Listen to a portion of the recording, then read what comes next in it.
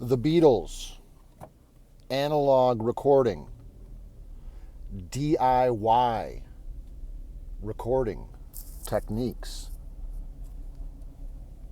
4-track production, Motown, Berry Gordy, the Kinks, the Zombies,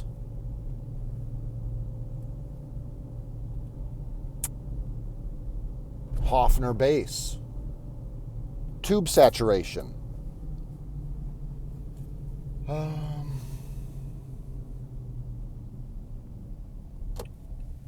Rick Beato. What am I doing? I'm trying to trigger the algorithm.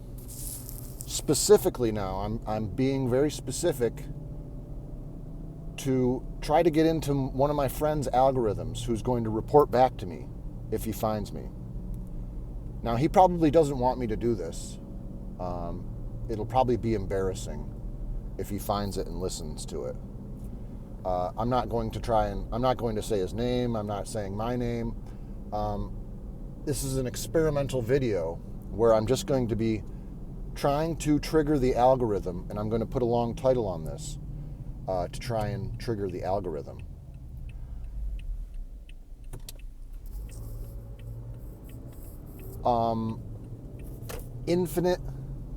The infinite limitations. That might be the theme of today. That's a good one. The experiment will be ongoing throughout the video, just as a reminder to myself and to the viewer, the one viewer that I'm trying to get. So yeah, this video is an experiment. I'm trying to specifically trigger the algorithm of one of my friends, and you will see what he's interested in by the all the different things, the random kind of things that I said at the beginning of the video. Vintage recording equipment, DAWLESS recording setup, digital versus analog,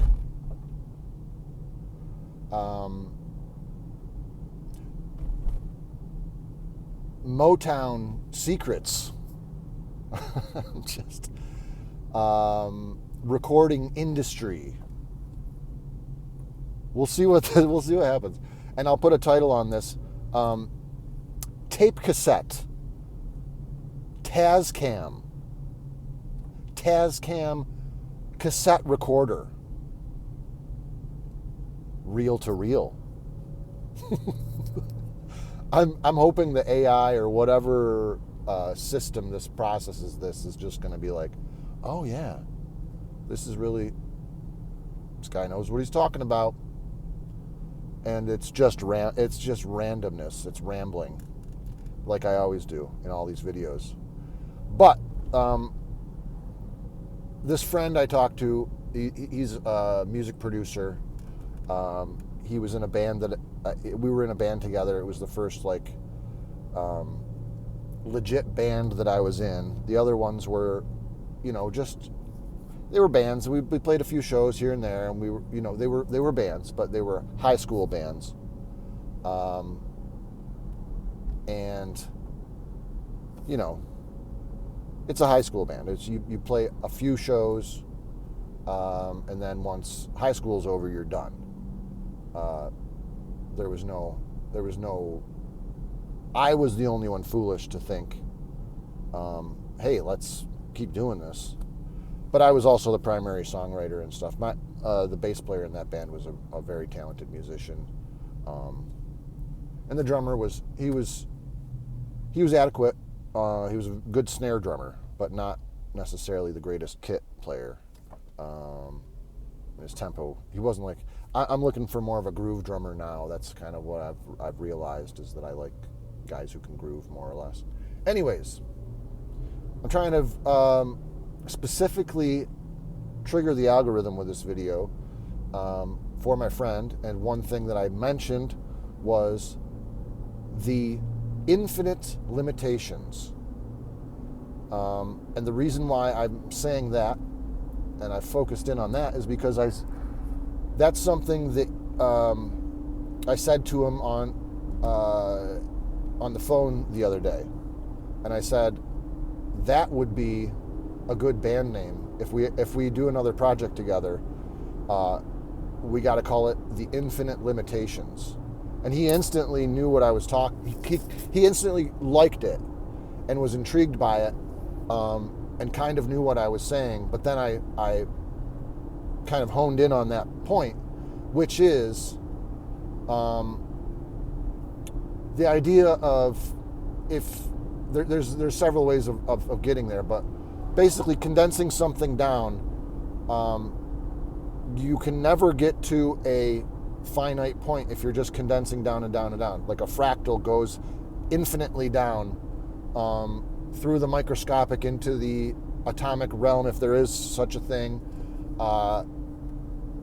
and it's just an infinite loop, an infinite pattern, which kind of seems paradoxical when you think about the idea that an infinite amount of information can be condensed in between 2 points. And there's a line, and one way of thinking of that is cutting that line in half, and you keep cutting it in half and half and half and half and half. You're just going to keep going down, because you're never going to get to something that can't be cut in half, as far as I can understand. Theoretically, logically, just thinking about fractal patterns on something can go infinitely, and you don't necessarily see the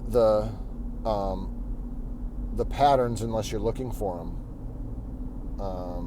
This is another thing that I have kind of been thinking about more or less.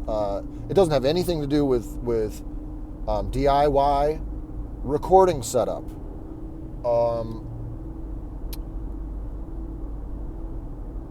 Analog tape. The best cassette tape to record. It doesn't have anything to do with that. Just trying to keep that in the algorithm if the AI has listened this far into the video.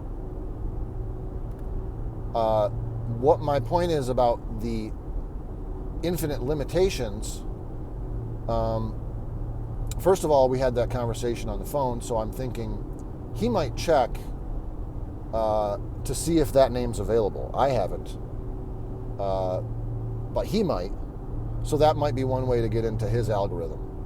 So that being said, I explained that concept to him, that there is an infinite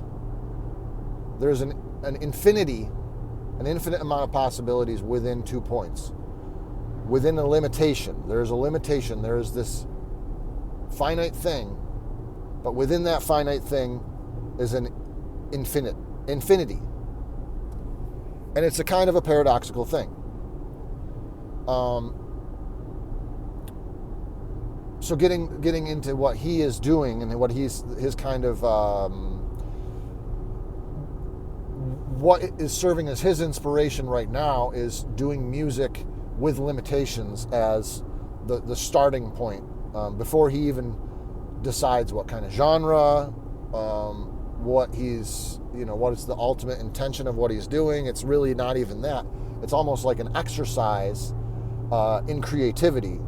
It's like, going to the gym, but basically what he's doing is like creating a box for himself, creating a limitation by saying, I can only use this type of recording equipment. Which is, we've experimented going back to tape, because I wanted to get away from the digital setup. He's a producer that I work with, that I record with, and we've been in bands together. We've been in a band together and done multiple musical projects together. And I'll eventually, those stories will be told if I keep going. But his approach now is basically limiting the amount of stuff that he's going to work with, or the length of the song, or the amount of parts in a song, the arrangement of, he'll switch up the instruments just to say, he'll start off with a challenge of, he did a whole album just by himself in a few weeks, where he whipped out like 7 songs, and he didn't fully record these songs, but he has them all mapped out. He has the lyrics, he has the chord progressions, he has the MIDI arrangements.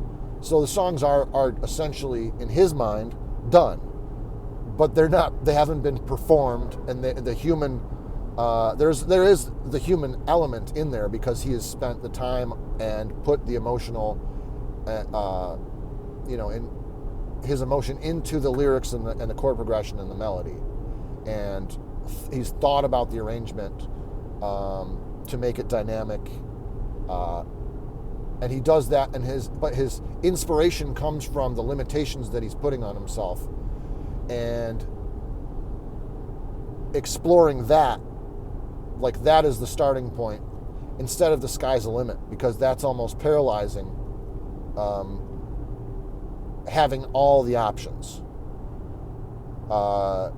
There's so much analysis that goes on, where you have to weigh every decision against the other decisions, and then if you bring other people into the mix, if you're doing a collaboration, if you don't set out some ground rules of what you're going for, that can be a freeing thing for some people. For some people, it can be chaotic, and they can't identify where to put their skill set in that chaotic environment. And it is the battle. The entire battle of art is the chaos versus the order. And it's like we're trying to put things in order to make sense of them, but then there's this bit of chaos and this bit of instinctual improvisation and even just mistakes, the human element that I appreciate, and I think people are getting back to that more and more and more, where they're not the electronic stuff, the gridded stuff that is perfect, technically perfect. It's not that aspect of perfection. We are realizing this mechanical metronomic thing that we do on computers, that we offload our internal clock, we offload our internal rhythm, our heartbeat, our breathing, our whatever is going on, we offload that to a machine and sync to that. And that's what the synchronization, and I think that's pushing everything. It's all this digital push, and it isn't natural in a certain sense. It might be the natural progression of our consciousness through these different stages and trying things out, but it might not be. It might just be a parasitical thing. And I've heard other people say, and some people think it's just like any of this stuff. When you're offloading it, you're becoming less embodied in your responsibility and your spiritual essence. And this is getting way out there. I got to bring it back to the Beatles, Paul McCartney's Hofner violin bass, flat wound bass strings. We got to keep the algorithm happy. And I got to get into my friend's algorithm. And I keep getting sidetracked by esoteric thoughts and what this is all really about. And again, I like to ramble. So the idea of infinite limitations, that there's infinite, it's almost like a seed containing all this genetic information that can unfold and grow into this thing, which is a cool thought. Is it's and DNA might be that thing, but we still don't understand how DNA works, and we think we do. We have theorized how it might work and stuff like that, but a lot of the junk DNA that they don't really know, people are saying basically that's potential, that's untapped potential, and programs that aren't running right now, that could be booted up, and then all of a sudden we have latent abilities that are, I think there's several different tangents I could go off of right now. One of the ideas, I'll just say really quick, is like all this technology, the idea we're offloading the technology and losing our abilities and offloading our responsibility to embody this piece of machinery, this, our bodies as the great device. It is the temple of God, if you believe that. If you believe that you are a host to the Holy Ghost or the Spirit. And I know that's a Christian tangent and Christian verbiage, but I think that's actually kind of what's going on. And your soul, your divine spark, your spirit, I don't know how those things are separate or if they are all one thing, if it's all just experiential consciousness, if it's all love and light. I'm not sure about all that stuff. I don't know exactly how it all works. But the idea that I was going to get to was that offloading all these things and not embodying them, like the record that I'm making right now on my device and putting out into the world, if I really wanted to reach my friend specifically with this information, this recording right now and this communication that I'm doing, which is kind of just, it's arbitrary as far as the means of this being a vlog and just, but anyway, specifically the cell phone, using that as a communication device instead of using telepathy. It's the cell phone is mimicking what we have the potential of doing.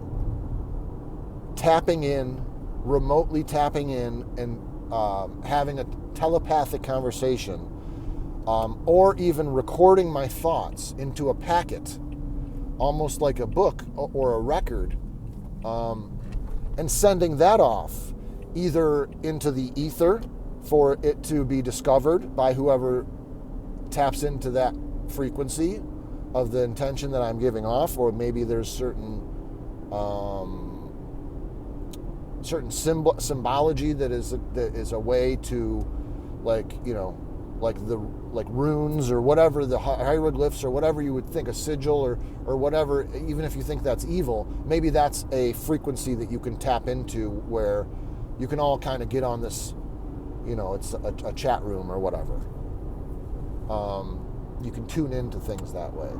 I'm just kind of spitballing. That's one idea, but it's basically, the car that I'm driving in. Could I be running up to 60 miles an hour right now?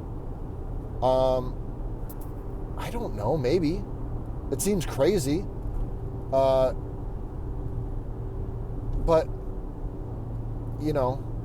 the thing about, just people having superhuman abilities, being able to levitate, and this is all stuff that in the Eastern school of in the Eastern spiritual schools, they believe this stuff, and it's not that, doesn't seem woo-woo or crazy. It's like, no, they understand something, they've mastered something, they have a dedicated spiritual practice, and it's not a trick type of thing, I don't think, where people are using their chi and their energy and creating, setting things on fire and sending, people, flying across the room or whatever it happens to be. I think those are all abilities that we all could possess, and I think that we've been distracted from them. And furthermore, I think that a lot of the government, like the secret stuff that's going on, is finding these like super kids like this, like strange. I watched a few Stranger Things. I never watched the whole thing, but the gist of the idea of like, and it's the same thing with super babies or whatever. All these, they kind of show this stuff as like a pre-programming or showing their hand or plausible deniability or whatever it is, where they're telegraphing all these things, where they're finding people with these latent abilities that are almost like superheroes that can do psychic warfare and maybe even physically manifest things or whatever, like X-Men. And they're getting whisked away and taken to these places where they're either getting experimented on, turned into agents or operatives or assassins or whatever, and they're getting flipped. And if they're not getting flipped, then there's a protocol to eliminate them. So and I think that's, that is a conspiracy that I've only heard once or twice, but it's a conclusion that I've come to where it's like, it's deep, dark, evil stuff, but it could be like one of the biggest threats if that gets out. If any of those kids get out and are able to do the amazing things, and they have people know about it and stuff, it would be groundbreaking. It would be earth shattering. It would be, and maybe there's a spiritual component to them where it's like they're looking for the embodiment of a righteous spiritual leader, and they're trying to get, just like King Herod and Jesus. It's like the manhunt is on, and they're looking for that, for that savior role. So I think that's all possibilities. That's, and I went off on a tangent there that was completely unhinged, but a lot of fun in my opinion. And hopefully this makes it into my friend's algorithm, who loves the Beatles, classic rock, the Kinks, the Zombies, DIY recording, Tascam 788, Tascam Neo 2488. Who knows? What is the other one? The Tascam 488? Is that the tape cassette one? We'll find out, guys. If my friend sees this, he'll let me know. All right, guys, have a great day, and everything is going to be all right.